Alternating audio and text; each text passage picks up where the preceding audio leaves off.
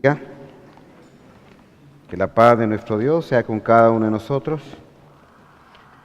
Vamos a abrir la palabra de Dios al libro de Mateo, capítulo 21 y versículo 18. Leo Mateo 21, versículo 18.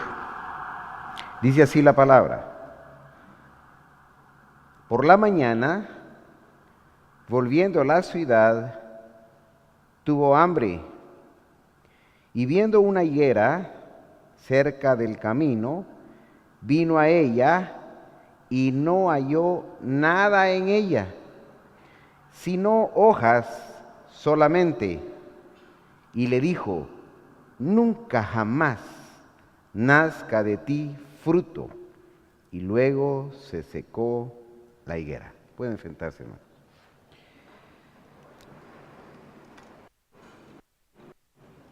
La enseñanza de esta noche quisiera ubicarla en tres etapas básicas o fundamentales cristianas o de la vida cristiana. Y en estas tres etapas quisiera que pudiéramos considerar cuál es nuestro estado actual y qué es lo que realmente Dios ha hecho en nuestra vida. Creo que Dios en su misericordia nos ha dado una capacidad y un entendimiento para poder entender, para poder analizar cada una de las cosas en nuestra propia vida. La primera etapa en el cristianismo, son tres etapas las que quiero mencionar en esta noche. La primera etapa es precisamente aquella etapa de liberación. La segunda etapa es la etapa de la purificación y la tercera es la de la evaluación. Son tres etapas en la vida cristiana. La meta de nuestra vida sobre este mundo es llegar a obtener los frutos verdaderos. Y el fruto perfecto, el fruto ejemplo, la meta perfecta, el parámetro único que la palabra nos da es la vida de Jesucristo. Cada uno de nosotros tenemos que llegar y tenemos que dar la talla de Jesús. Dice que Jesús es el hijo mayor, Jesús es el hermano mayor, y nosotros tenemos que parecernos a Jesús para que el Padre nos reconozca. Quiere decir que las características de Jesús tienen que estar idénticas en nosotros. Dice la palabra, hasta que todos lleguemos a la estatura, a la plenitud del varón perfecto que es Cristo Jesús. El parámetro está claro, el parámetro está definido, no hay pierde. Tenemos que imitar al Maestro, tenemos que imitar a Cristo. Él es el fruto verdadero. Siempre que iniciamos en alguna carrera, siempre que iniciamos en algún trabajo, debemos de ver cuál es la meta. Si yo voy a estudiar, pues tengo que ver cuál es la carrera a la cual voy a llegar. Si voy a hacer un trabajo, quiero ver el producto final de lo que voy a hacer. Necesito una muestra. Pongamos el caso de un carpintero. Es contratado un carpintero para que haga un mueble. Y luego llega el obrero, el carpintero, y dice: ¿cuál es la muestra? ¿Qué es lo que tengo que hacer? Viene el encargado, viene el dueño de aquella empresa y le dice: mire, usted tiene que hacer un mueble exactamente igual a este. Y usted se pone a verlo, se pone a analizarlo, empieza a tomar medidas, empieza a analizar de qué material está hecho, empieza a ver el barniz que tiene y empieza a ver todas las características de la madera. Y usted se propone como meta el poder llegar a hacer ese mueble exactamente igual a aquel mueble. En la carrera de Dios, en la carrera del cristianismo, Dios nos ha puesto un molde, Dios nos ha puesto un ejemplo. Dios nos ha dicho: miren, así como este mueble que es Jesús, así tienen que ser ustedes exactamente.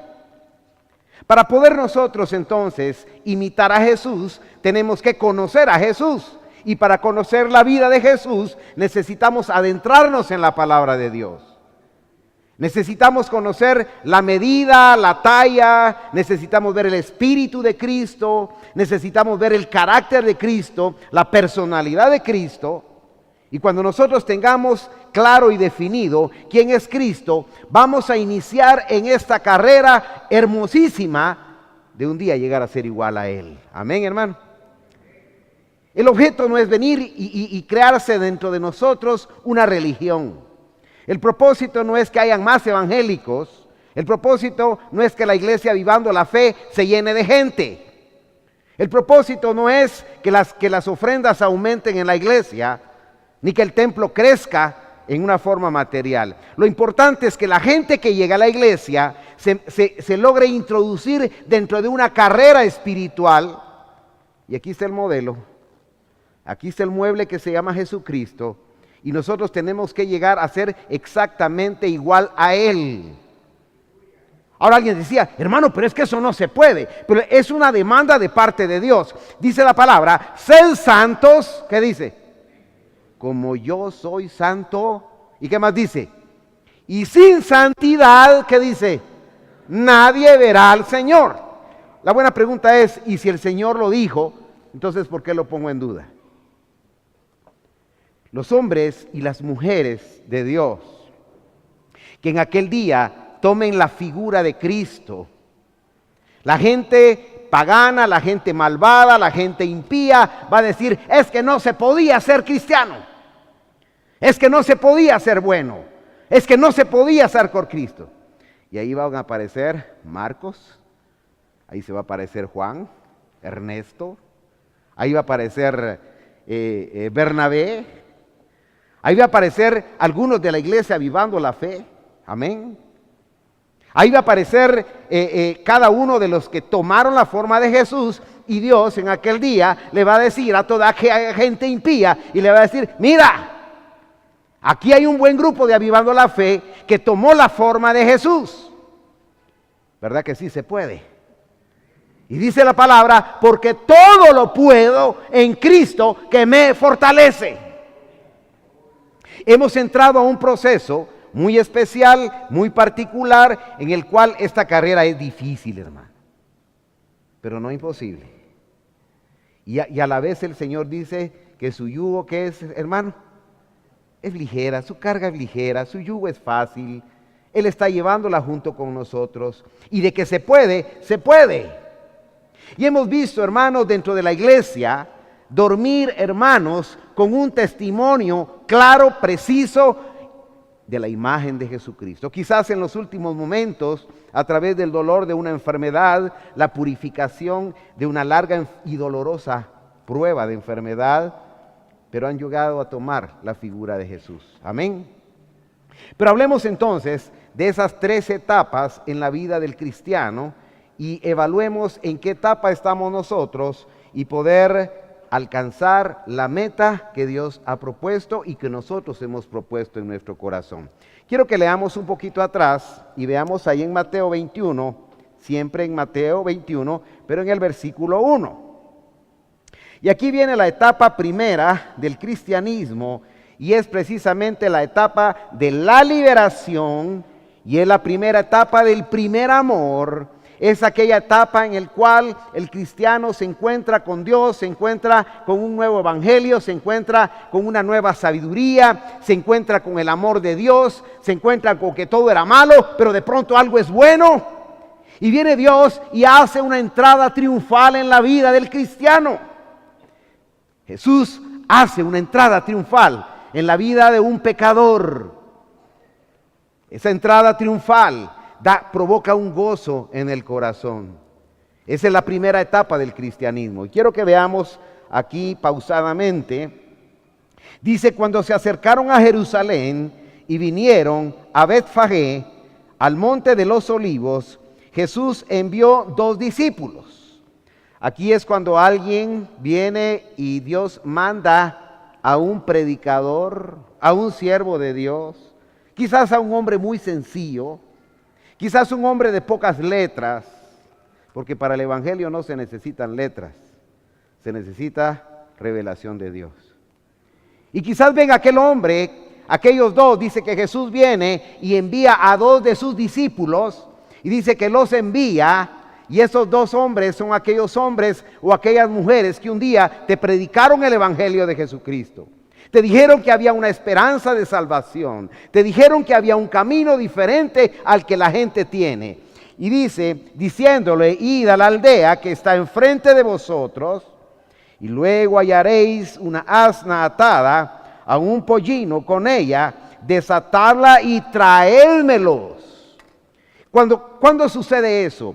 Cuando alguien nos hizo una invitación a la iglesia y alguien te dijo, hay allá en la iglesia Avivando la Fe, o quizás en otro lugar, hay alguien que está interesado en tu alma, que se llama Jesucristo. Dios envía ministros específicamente a conquistar nuestro espíritu, a conquistar nuestra alma. Y es cuando recibiste aquel mensaje de la palabra y algo sucedió en tu corazón. Y dice, y tráelos. Y tráelos. Cuando llega aquellos dos discípulos y llegan al pollino, es un asna que nunca ha sido montada. Dice, está hablando de una palabra nueva, de algo que llena el corazón de alguien porque es algo desconocido.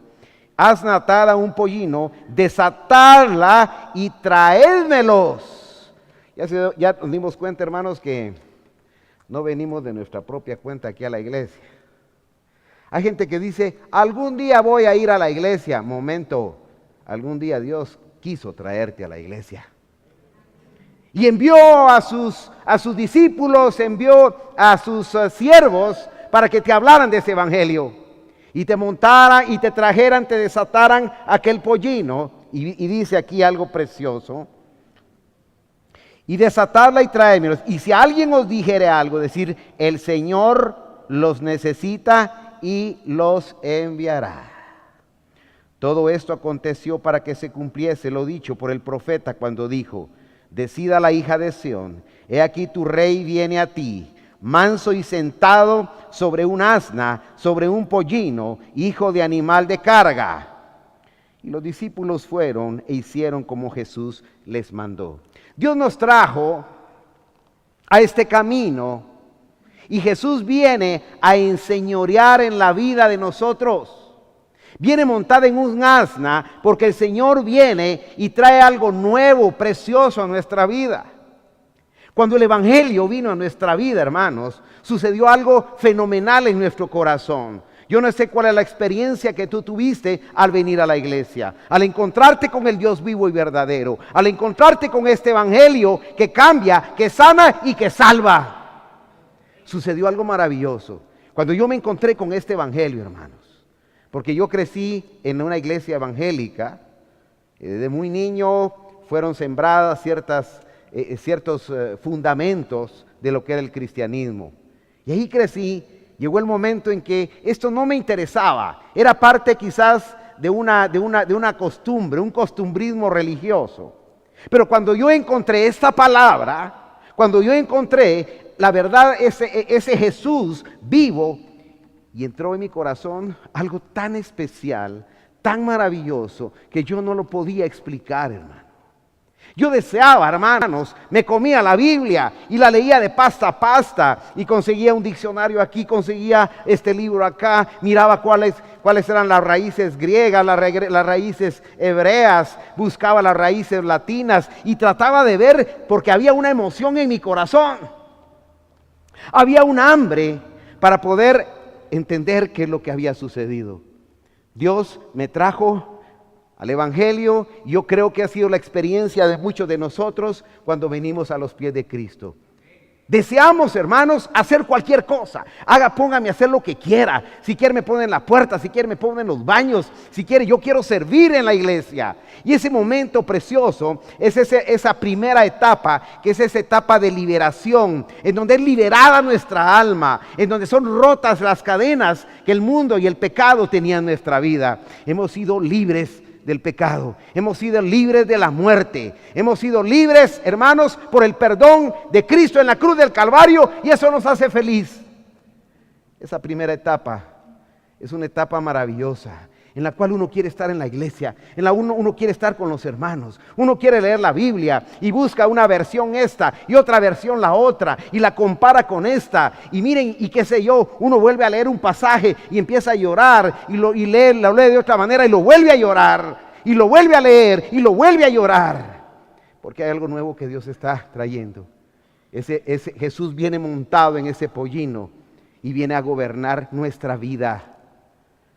Jesús viene montado en ese pollino que fue desatado y viene a introducirse dentro de tu alma, dentro de tu vida, y empieza a haber cambios de naturaleza dentro de nosotros.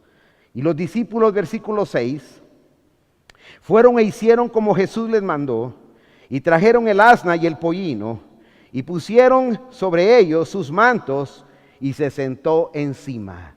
Esto representa el señorío que Cristo debe de tener en nuestra vida.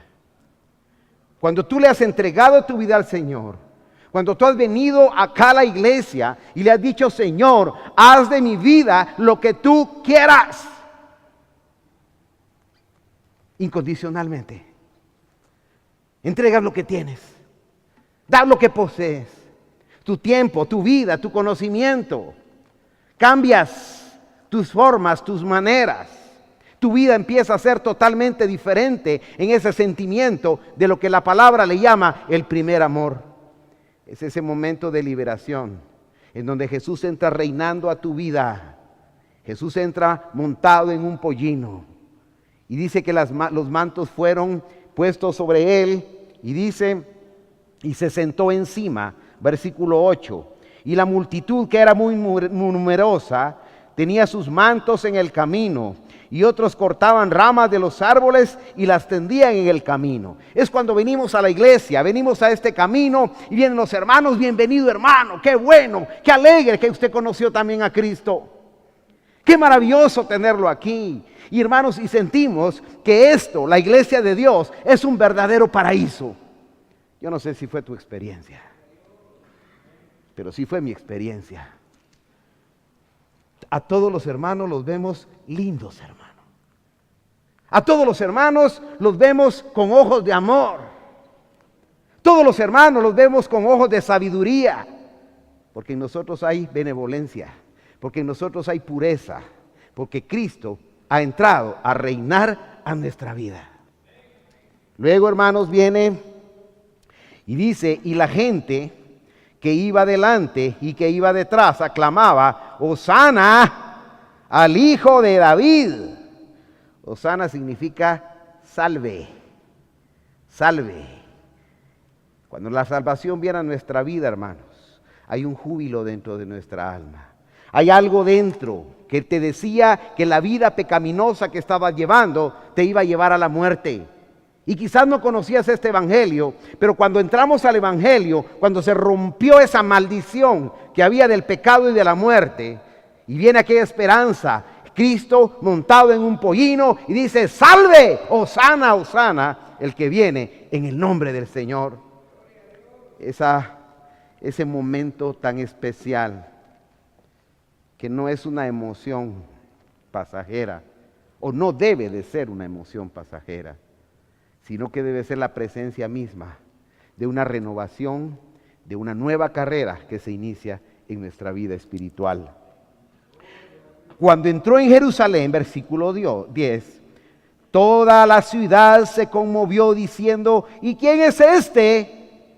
Y la gente decía, este es Jesús, el profeta de Nazaret de Galilea. Como quien dice, yo ya no pertenezco, ya hay un reinado de Dios en mí. ¿Y qué le pasó? Es que Cristo está reinando en mí. Amén. Y nuestra vida empieza a cambiar. Nuestra vida empieza a tornarse totalmente diferente a la de antes. Y quizás la misma gente de afuera se empieza a poner contenta de ver que tú estás contento. ¡Qué etapa más maravillosa! ¡Qué etapa más preciosa! Pero esta etapa la quisiera comparar con esa etapa del noviazgo o de esa etapa prematrimonial o de luna de miel. ¿Cuántos pasaron aquí su etapa prematrimonial enamoradísimos de la mujer o del hombre de sus sueños. Hermanos, cruzábamos mar y tierra y éramos felices. Nos sacrificábamos por aquella persona y éramos felices, ¿o no es cierto? Pasábamos junto a aquella pareja viéndole la cara y él viéndonos la cara. Y qué bonitos ojos tiene. Y tal vez uno más pache que otro. Y estábamos emocionados y no hallábamos la hora de casarnos, ¿sí? Y cuando nos casamos, llegó el gran día. Miren la novia, qué novias más hermosas. Entran con un vestido blanco, hermanos. Miren, yo no sé, siempre las novias vienen tarde a la iglesia, ¿no se han dado cuenta? Las citan a las 5 y vienen a las 7. Y a las que citan a las 7 vienen a las 9. Ahora, ¿por qué vienen tarde? Porque están viendo el último detalle para verse la novia más hermosa que hay. Se peinan, se arreglan, se bañan, se vuelven a bañar, se perfuman, se desperfuman, se planchan, se replanchan. Y cuando viene entrando la novia, ni se conoce. Y esta es la hermana aquella, pues. Hasta más altas vienen, miren hermanos, taconones de este tamaño. Y ustedes las miran caminar porque ella está emocionada, ¿cierto o no? ¿Y cómo está el novio aquí enfrente, hermano? Ahí está, ya no vino aquella. Y ahí está, mire hermano, ¿a qué horas aparece? Ese momento de prematrimonial y matrimonial es un momento tan precioso. ¿O no es así, hermano? Qué hermosas las novias. Pero se casan y después de no sé cuántos meses, hay parejas que a los dos días ya están peleando. 3 días igual. Al año ya están pensando divorciarse.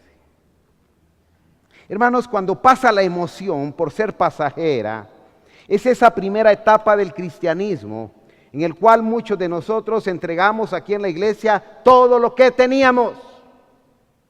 Lo dábamos todo. No poníamos obstáculo de nada. Yo recuerdo, hermanos, hace muchos años atrás, cuando existía la corporación Coada, hermanos. Hermanos, allí en esa empresa, hermanos, la gente trabajaba 2, 3, 4 de la mañana, amanecía trabajando y no por sueldo porque no se les pagaba bien, trabajaban por amor. Trabajaban porque había un gozo en el corazón. Trabajaban porque habían decidido en ellos mismos, en su corazón, servir a Dios. Estaban agradecidos con Dios. Amén, hermano. No había interés económico, no habían puestos reconocidos, no había recompensas de ninguna naturaleza, no habían medallas, al contrario, cuero. Pero éramos felices. ¿Y por qué éramos felices? Porque estábamos sirviendo al Dios vivo y verdadero. El primer amor nos lleva a experiencias tan especiales dentro de nuestra alma que somos capaces de entregarlo todo, hermanos. Todo. Por eso, hermanos, la desgracia de este mundo. Cuando aquel muchacho le dice a la muchacha, mira, demostrame que me querés, le dice. ¿Y cómo se lo pide? Que ella se entregue a él totalmente. No, es que entonces no me querés. Hermanos, cuando alguien quiere de verdad, entrega todo lo que tiene.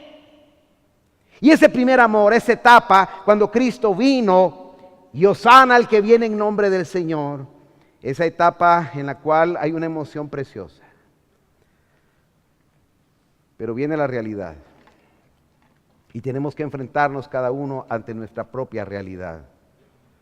El siguiente día de bodas, quizás 3er o 4º día, hay trastos que lavar. Así está de la pila de platos, de sartenes. Ya la ropa sucia creció y el mal olor ya no se aguanta. Hay que ir a lavar los baños y el hombre tiene que ir a conseguir plata, ya nada de estar acostado en la cama todo el día. Hay que cortar en la grama, hay que dar gasto, etc. la cosa ya empieza a tener un cariz diferente. La vida entonces entra igual a etapa cristiana. Veamos entonces la segunda etapa de la vida cristiana. Vimos la primera, que era el primer amor, esa liberación en el cual nos encontramos con Dios. Pero ahora viene la segunda etapa.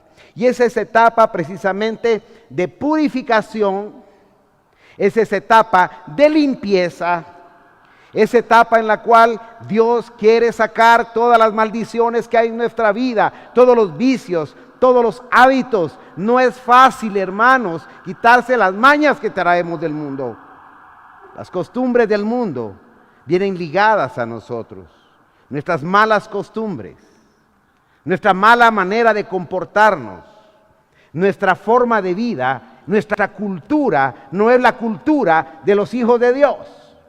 Dios, ya que nos introdujo dentro de este camino, Dios nos quiere purificar. Y para poder purificarnos, tiene que haber una obra de discipulado en la vida de nosotros. Y es cuando nosotros venimos y ya nos sometemos a la voluntad de Dios. Venimos a la iglesia y nos encontramos con que aquí hay pastores, con que hay diáconos, y que nos van a empezar a hacer ver nuestros males y errores. Pero yo no creí que fuera así la cosa. Y entramos en una etapa que yo le llamaría la segunda etapa de nuestra realidad, en el cual el hermano que tan lindo que lo miramos, ahora ya no lo miramos tan lindo, porque ya nos exhortó, porque ya nos dijo que muchas de las cosas que hacemos no son agradables a Dios. En esta segunda etapa de evaluación, esa etapa de purificación, es cuando los hermanos nos empiezan a decir: mire, hermano, yo creo que no es correcto. Yo creo que su conducta debe ser de esta manera. Entonces empezamos a tener luchas en nuestro espíritu, empezamos a tener luchas en nuestra alma y empezamos a tener contrariedades dentro de nosotros mismos. Bueno, pero yo no sabía que venía, pero también así sucede en el matrimonio. Ya después de 6 meses, 1 año, dice: ¡ala! De haber sabido que era el matrimonio, nunca me hubiera casado.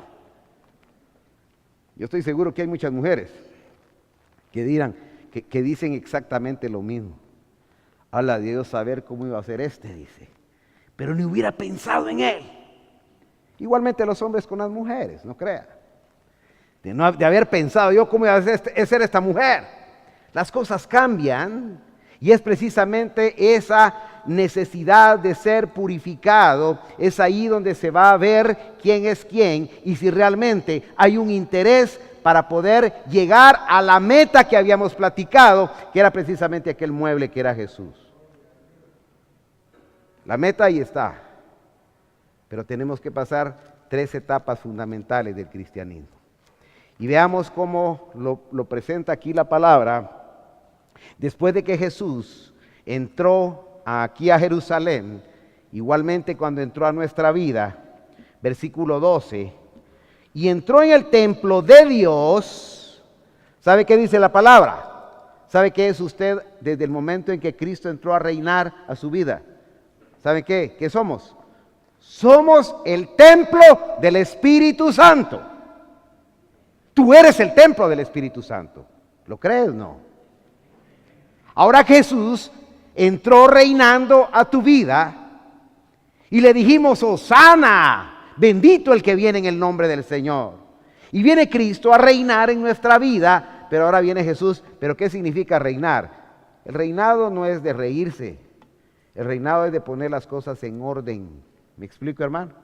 Y esa es la segunda etapa del cristianismo, que ya no nos parece demasiado. Y miren, hermanos, ¿qué dice? Y entró Jesús en ti, en el templo, entró en el nuevo cristiano y echó fuera a todos los que vendían y compraban en el templo.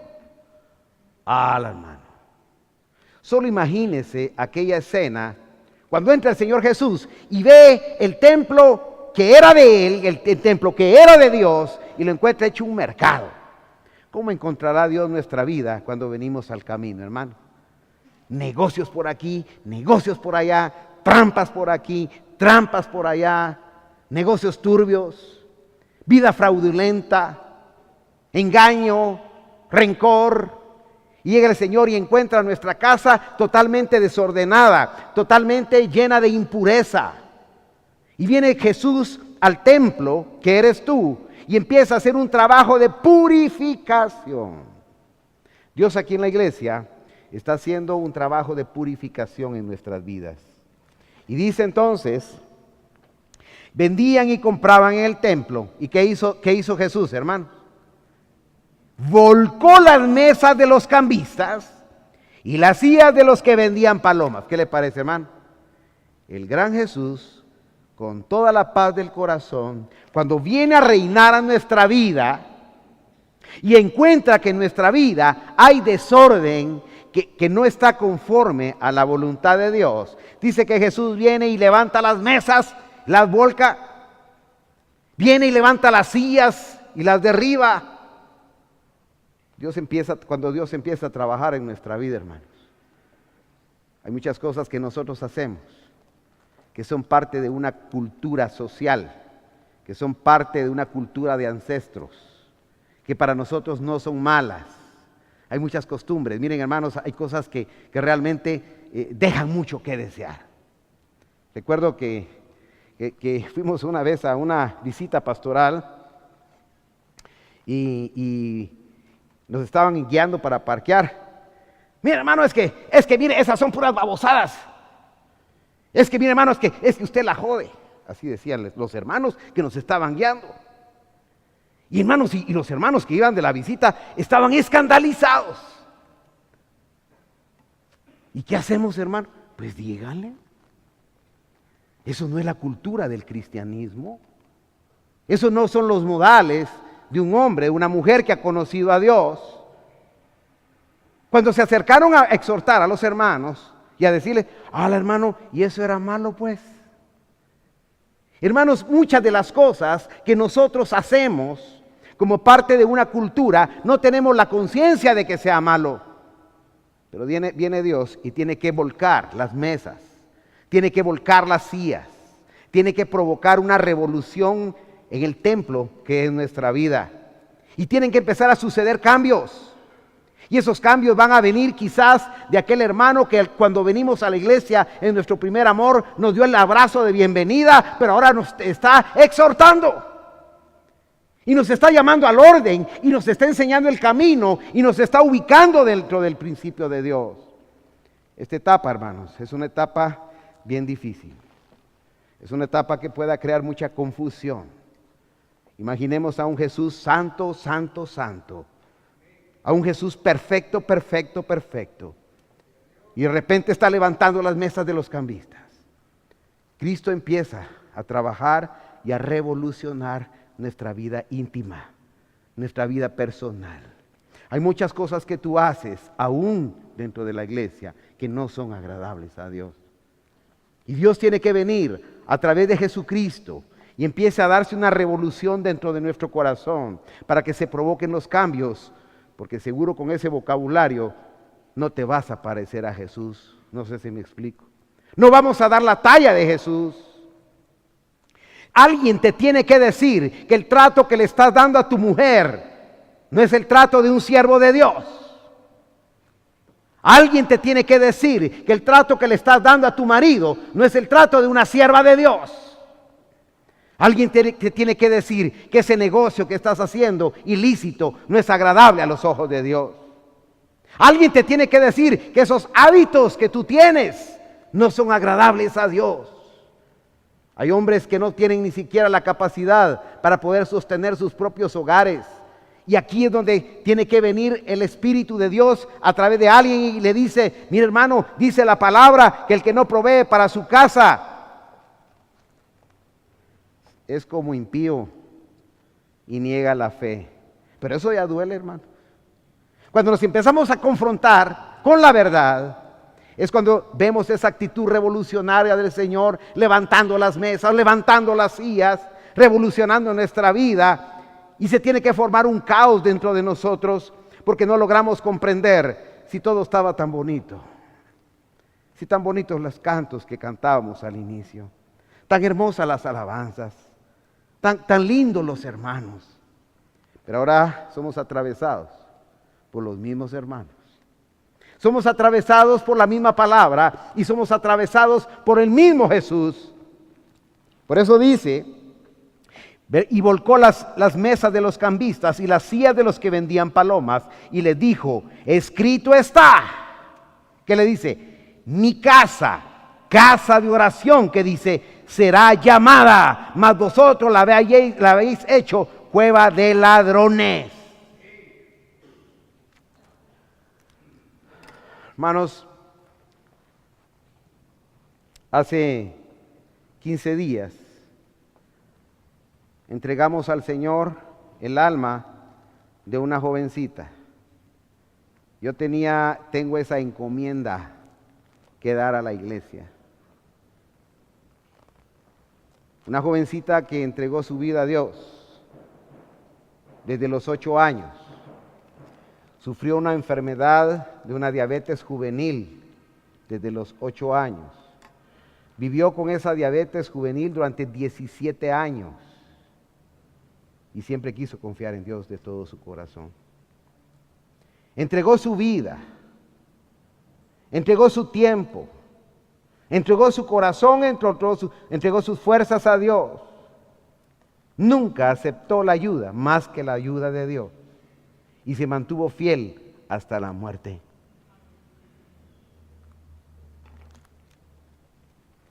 El día anterior de su deceso, le llegué a visitar a su casa y me dijo, hermano, tengo un mensaje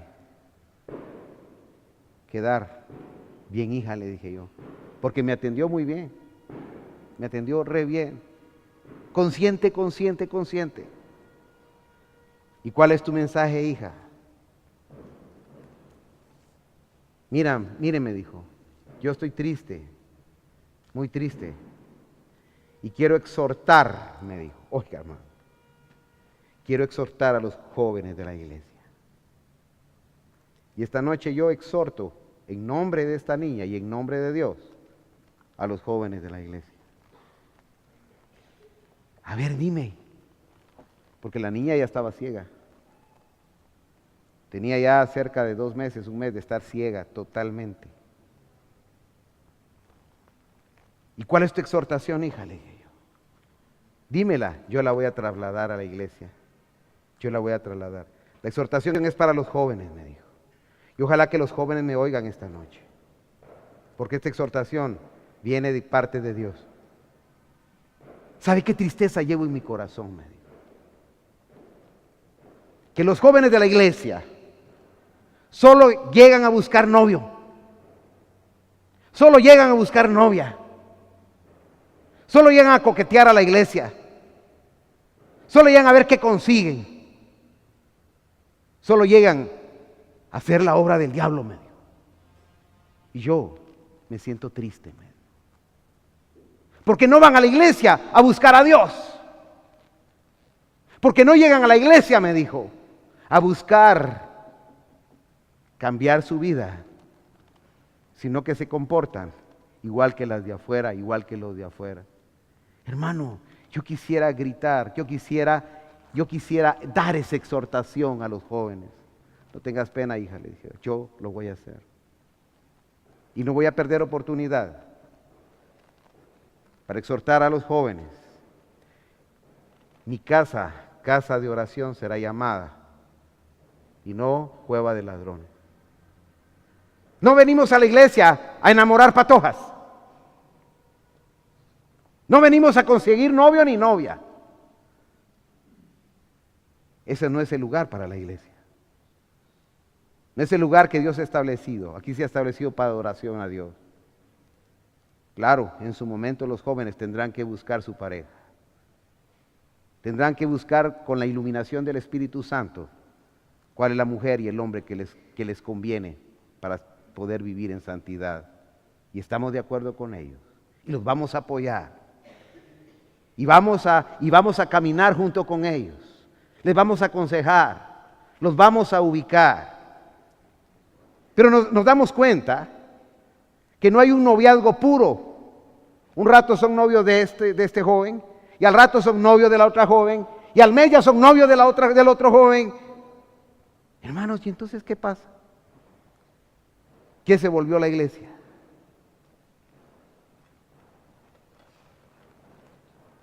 Hermanos, esta exhortación me parece totalmente atinada porque viene de parte de Dios. Mi casa, casa de oración será llamada. Ojalá, jovencita, joven, puedas abrir tus oídos y tu corazón y puedas encontrarte aquí con el Dios vivo y verdadero y puedas gozar de la presencia de Dios y tu vida pueda ser entregada en pureza a ese Dios que te puede salvar. Cuando sea el momento que tú necesites casarte, pídele a Dios. Dios quiere bendecir tu vida también. Dios quiere darte familia, Dios quiere darte hijos. No estamos de acuerdo con que no estamos prohibiendo el matrimonio dentro de la iglesia. Eso es una herejía. El que le impida casarse a alguien, eso es una herejía. Eso no es bíblico. No estamos impidiendo a nadie que se case. Lo que estamos anunciando es que no usemos la iglesia como lugar de encuentros. No busquemos la iglesia como un lugar de coqueteos, porque mi casa, casa de oración, será llamada. Amén, hermano. Padres, ¿cuál es la conducta de vuestros hijos? ¿Cuál es el comportar? ¿O nos hacemos de la vista gorda? ¿O solo para que el muchacho no se moleste? Amamos a los jóvenes y ellos lo saben. Les hemos dado nuestro cariño, les hemos dado nuestra amistad, les hemos dado nuestro tiempo y queremos seguírselos dando, pero en el orden y en el amor de Dios. Cuando el Señor vio entonces aquel desorden, lo que hizo el Señor fue precisamente poner las cosas en su lugar. Y esta jovencita me decía, yo quisiera dar esta exhortación a los jóvenes. Hija, tenlo por seguro, esta exhortación va a llegar a la iglesia. Yo le hacía una pregunta a esta jovencita, mira, le digo yo, ¿y tú eres feliz? Hermano, soy inmensamente feliz. Recuerdo que le llevé su peluche, un su osito de peluche, y lo abrazó.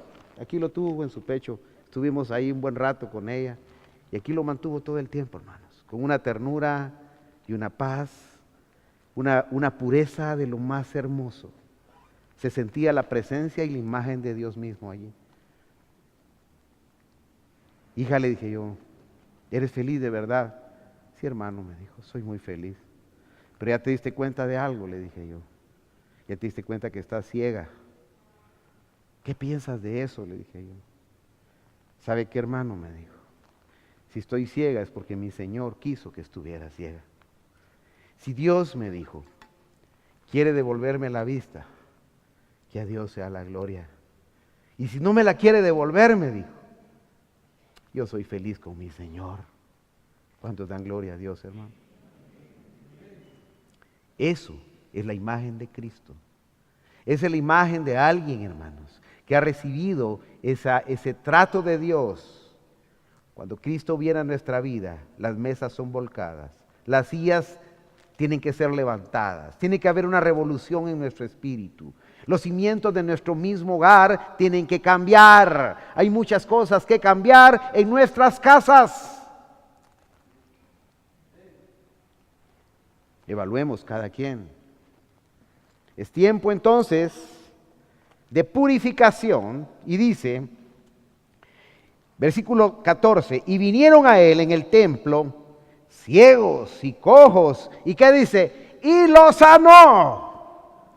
Quiere decir, hermanos, que cuando llega esta liberación, hermanos, cuando en la iglesia, avivando la fe, hayan mucha gente que esté con este espíritu de purificación, aceptando este mensaje de Dios, esta profecía de Dios, va a venir mucha gente diciendo, ¡ala! Aquí hay liberación. ¡Hola! Aquí hay palabra. Aquí se siente la paz de Dios. Va a venir mucha gente. Cada día estamos viendo más gente aquí en la iglesia. Cada domingo, hermanos, ya la iglesia está siendo insuficiente. Es más, si Dios nos lo permite, tenemos proyectado ver si construimos 2 balcones de este lado y uno de este y este de otro, para que podamos ya estar un poquito más cómodos. La iglesia se proyecta, los ciegos vienen, los cojos vienen, porque se dan cuenta que Dios está en medio de nosotros y está haciendo una obra perfecta en nuestras vidas. Y dice, y vinieron los ciegos y cojos y los sanó. Dios está sanando las almas de los hombres. Cada vez es más el número de personas que se están uniendo al circuito de internet. Ya ya hemos superado ya la cantidad de personas que se están enlazando continuamente a través de internet. Los ciegos están viniendo, los cojos espirituales están viniendo y Dios los está sanando. Amén, hermano. Y dice, pero los principales sacerdotes y los escribas, viendo las maravillas que hacía y a los muchachos aclamando en el templo diciendo Hosana al Hijo de David, se indignaron. Otra de las pruebas que nosotros vamos a sufrir es que la gente se va a indignar, la gente de afuera. Cuando Dios empieza a hacer la revolución en tu vida, que tienes que cambiar esto, que ya cambiaste lo otro, que ya no te gusta esto, que ya no vas a ir al otro, que tienes que tu vida empieza a ser totalmente diferente. Habla usted y en su iglesia, así son tan severos usted. Es que no es que seamos severos en la iglesia, es que Cristo es el que entra a revolucionar nuestra vida, hermano. Es Dios el que nos muestra el camino. Ya no estamos como vigilan nosotros en las casas. No estamos diciendo a un diácono, va a vigilarme a tal hermano que hace en la casa. No, hermano. Aquí solo estamos predicando la palabra. Nosotros somos nuestros propios jueces ahora, porque esa es la obra del Espíritu Santo. Ya no necesitamos que nadie ande detrás de nosotros. Dios nos ha dado a través de la palabra lo que se llama conciencia. Y esa conciencia es la que nos hace saber si estamos haciendo bien o estamos haciendo mal. Amén, hermano.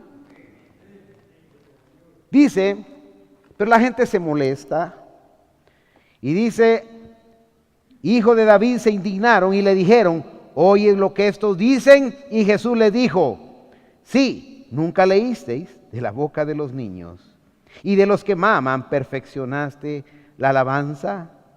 Como quien dice, de la gente que es capaz de creer.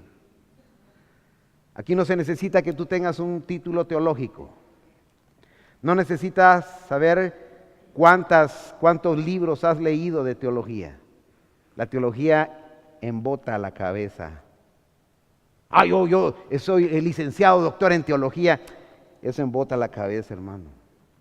Ese conocimiento es la interpretación de los hombres que le ponen nombre y apellido simplemente a las doctrinas que Cristo le dijo tan claras, hermano.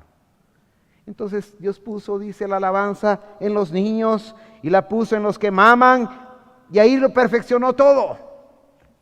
Y dejándoles, salió fuera de la ciudad de Betania y pasó por allí. ¿Qué quiere decir eso, hermano? A Jesús no le interesa lo que digan los religiosos. A Jesús no le interesa la crítica. Cuando uno está convencido de este camino, ya no importa si nos critican, hermano. Ya no importa si nos juzgan.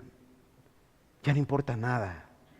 El tiempo de evaluación, el tiempo de purificación se está dando en nuestra vida. Hemos visto entonces la primera etapa del cristianismo, que es la etapa del primer amor. Esa etapa de liberación, del encuentro con Dios, del encuentro con la verdad. Y hemos visto en segunda instancia la etapa precisamente de la purificación. Pero ahora viene la tercera etapa.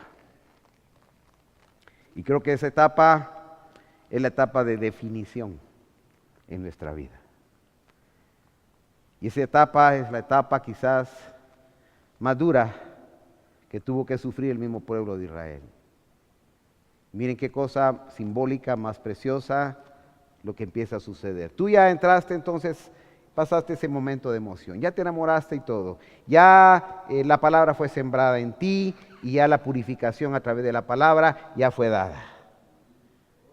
Pero viene la tercera etapa. Y esa etapa es la definitiva. Esa etapa, precisamente, se llama de evaluación. Esa etapa de examen final. Esa etapa en la cual los muchachos tiemblan. Cuando ya se acercan los exámenes finales. Es aquella etapa en la cual es la hora de la pura verdad.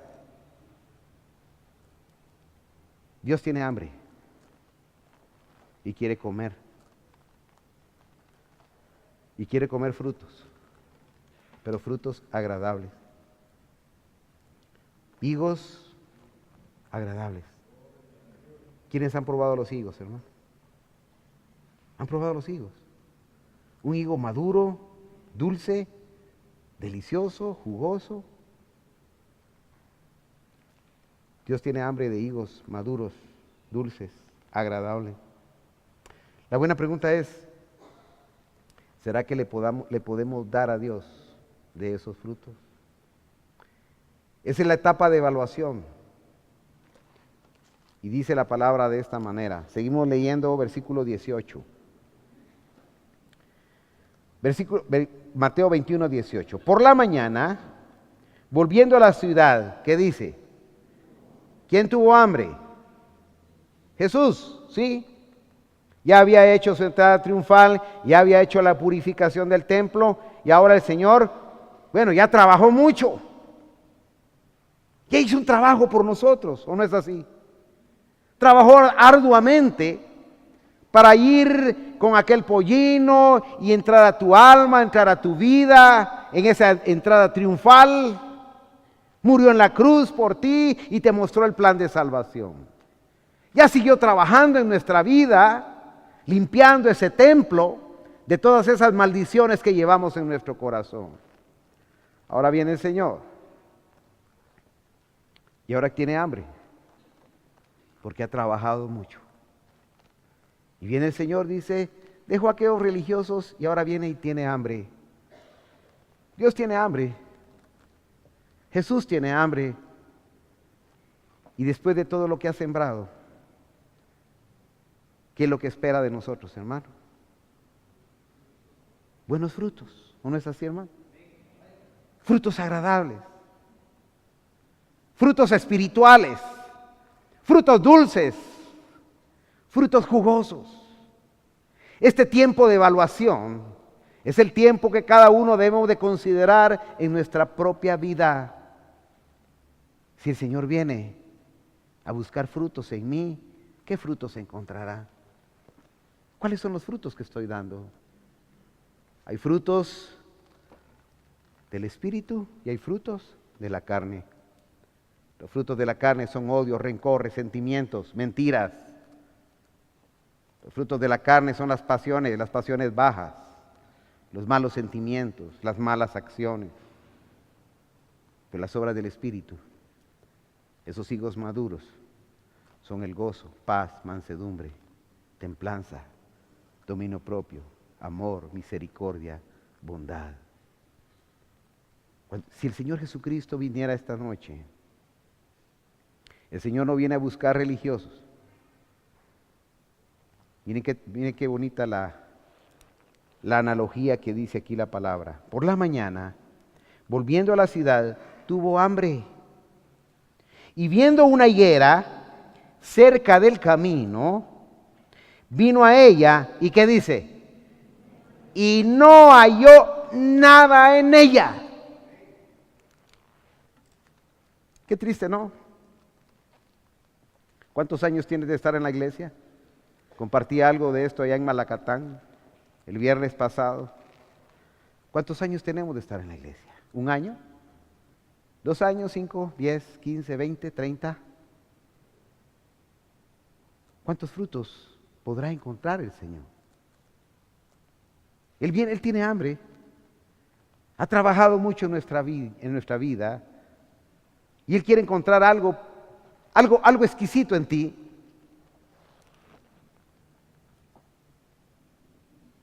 Y no halló nada, sino que dice, hojas que dice solamente. ¿Qué significan las hojas, hermano? Qué bonito se ve una higuera llena de hojas, ¿no? Una hoja grande aquí verde, otra hoja verde y otra hoja verde y frondoso aquella higuera. Pero el Señor no quiere comer hojas, no es gusano. Él quiere comer frutos. Amén. Esas hojas son toda aquella apariencia religiosa que tiene la gente dentro de las mismas iglesias. Es toda aquella apariencia, hermanos, que se da en aquella logística humana. Es toda aquella capacidad que tiene la gente de crear una celebración aquí, una celebración allá, luces por aquí, luces por allá. Hermanos, esas son las hojas. Son aquellas manifestaciones espiritualistas que se manifiestan en las iglesias actuales, en la religión del siglo. Esas son las hojas. Pero Dios no quiere hojas. Dios apartó las hojas, Jesús. Y hay dos tipos de higos. Hay unos higos que se dan en la parte alta y otros en la parte baja. Estos Jesús andaba buscando porque este no era tiempo de higos. Si ustedes leen la parábola en otros evangelios, dice que no era tiempo de higos. Entonces el Señor andaba buscando higos abajo, que son los de ese tiempo. Y dice que Jesús entonces abrió las hojas y fue buscando aquel fruto porque tenía hambre. Cuando uno tiene hambre, está buscando algo, ¿no? Y lo busca con ansia. Y el Señor empezó a buscar. El Señor está buscando dentro de la gente religiosa, dentro de las iglesias, está buscando higos, está buscando frutos, está buscando algo que satisfaga su hambre. Jesús está buscando, ha trabajado demasiado y quiere comer, pero solo encuentra hojas, solo encuentra religiosos, solo encuentra gente que habla mucho, pero no hace nada. Gente inconsistente en su vida espiritual. Iglesias que no tienen el concepto de lo que es una vida de acuerdo a la voluntad de Dios. Y luego viene y dice el Señor, sino hojas solamente. Y mire, hermanos, ya no titubeó más el Señor, ¿va? No anduvo diciendo, vamos a ver qué pasa, a ver si... No, ahí estamos. ¿Qué dijo? Nunca jamás nazca de ti fruto. Y luego se secó la higuera. Hermanos, ese puede ser nuestro caso en nuestra vida espiritual. Y para muestra un botón. Saben ustedes que esta es una historia, una profecía que se dio precisamente con Israel. Porque una figura de Israel, una analogía de Israel es la higuera. Siempre que hablemos de la higuera estamos hablando de Israel. Israel tuvo muchas obras religiosas. Gozó de la presencia de Dios. Tuvo muchas obras en las cuales Dios actuó en medio de ellos. Pero se acabó el amor. Se acabó ese sentimiento para Dios. Cuando el Señor Jesucristo buscó frutos, no encontró nada. ¿Y sabe qué dijo el Señor? Israel, nunca más vas a dar frutos. ¿Y sabe que esa profecía se cumplió, hermano? Porque ahora la higuera, la vid, ya no es Israel. La vid verdadera se llama Jesucristo. Y ahí hay un cambio de dispensación de la vida antigua que es Israel para la vid verdadera que es Cristo Jesús. Cuando nos está hablando entonces la palabra de la higuera acá, que no iba a dar fruto, eso se cumplió con Israel. Israel ya no pudo dar más frutos. ¿Saben ustedes que Israel y los israelitas tendrán que aceptar a Jesucristo como su único y suficiente Salvador? Ya no va a ganar Israel, no va a ganar su salvación por default. Israel va a ganar su salvación a través de creer en Jesucristo. Aún en el mensaje de los 144,000, al final, como la última oportunidad para el pueblo de Israel, no se van a salvar solo por oír el mensaje, sino porque acepten a Jesucristo en su corazón como la única fuente de salvación. En Israel se cumplió y la higuera ya nunca más dio fruto, y a través de los siglos esta profecía fue corroborada. Y miren cómo dice, versículo 23. Versículo 20. Viendo esto, los discípulos decían maravillados, ¿cómo es que se secó enseguida la higuera? Respondiendo Jesús les dijo, de cierto os digo, que si tuvierais, ¿qué dice? Fe. Nació la etapa de la fe en Jesucristo. Y no dudaréis, no solo haréis esto de la higuera, sino que si a este monte dijereis, quítate y échate en el mar, será hecho. Y todo lo que pidiereis en oración, creyendo, lo recibiréis. Estamos en la nueva dispensación de la gracia de Jesucristo. Y si en Israel, que era como la niña de sus ojos, que era el pueblo escogido de Dios, Dios tuvo que maldecir la higuera. Y ya no darán frutos nunca más. Y se cumplió. También Dios viene buscando hoy en la gracia de parte de su pueblo, que hoy somos su Israel, porque hoy nosotros somos el Israel de Dios. Ese pueblo gentil que nació por creer por la fe en Cristo Jesús. Pero ahora viene Jesús y tiene hambre y quiere comer de ti. Ya Dios trabajó en tu vida como ha trabajado en la mía. Ya Dios puso en ti su primer amor. Ya Dios de alguna manera te enseñó lo que era bueno y lo que era malo. Hizo esa segunda etapa de purificación en tu corazón. Pero hoy Dios quiere ver qué frutos hay en ti, iglesia. No quiere ver hojas, no le interesan las hojas. Él quiere comer frutos.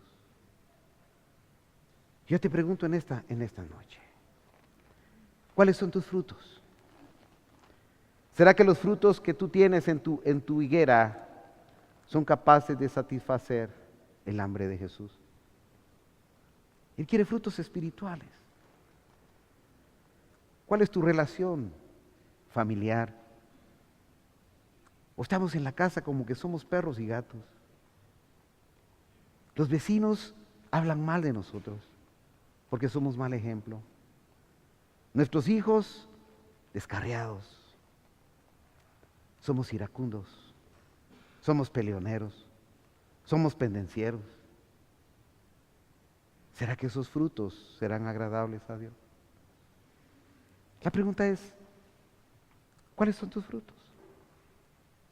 Yo tendré que hacer dentro de mí una autoevaluación. ¿Cuáles son mis frutos? Evalúa tú tu vida. Ya no somos nosotros, los pastores, los que vamos a condenar a nadie, ni a juzgar. Cada quien por la obra del Espíritu Santo ha de juzgarse a sí mismo. Porque el Señor dice que ya no escribirá su palabra en tablas de piedra, sino que la escribirá en vuestros corazones. Ya no necesitas de hombres que te tengan que acusar y señalar. Tenemos una conciencia que está saturada de la palabra de Dios. Y a través del Espíritu Santo, esa conciencia se activa y yo sé que estoy actuando mal.